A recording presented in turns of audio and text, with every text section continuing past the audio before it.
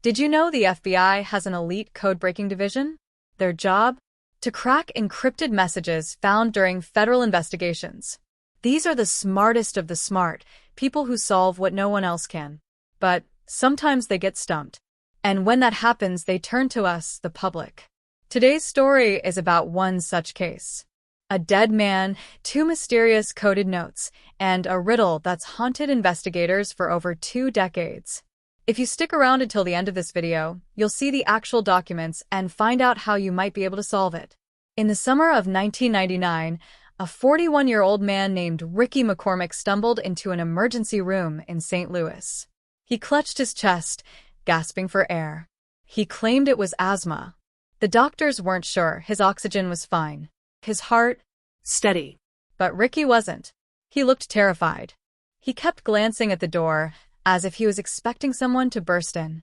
He mumbled quickly, so quickly the nurses couldn't make out what he was saying. And then something strange happened. He begged them to keep him overnight. Not for treatment, just to stay. When they refused, he asked to sleep in the lobby. The nurse, feeling sorry for him, agreed.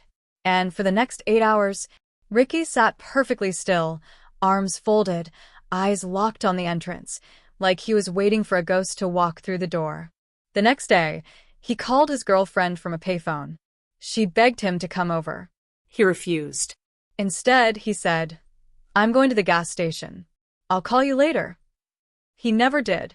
3 days later, Ricky's body was found 20 miles outside the city, lying face down in the middle of a cornfield. There was no blood, no bruises, no bullet holes, no signs of trauma. Just Ricky. Dead. At first, the police thought it was a murder. This cornfield was a known dumping ground for bodies. But then, strangely, they changed their minds. Natural causes, they said. Ricky had heart and lung issues.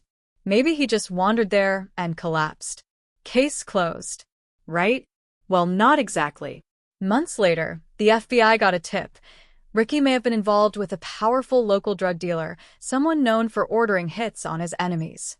The FBI, curious, pulled Ricky's case file from storage. And in that file, they found something the police had missed. 2 handwritten notes, filled with coded letters, numbers, and symbols.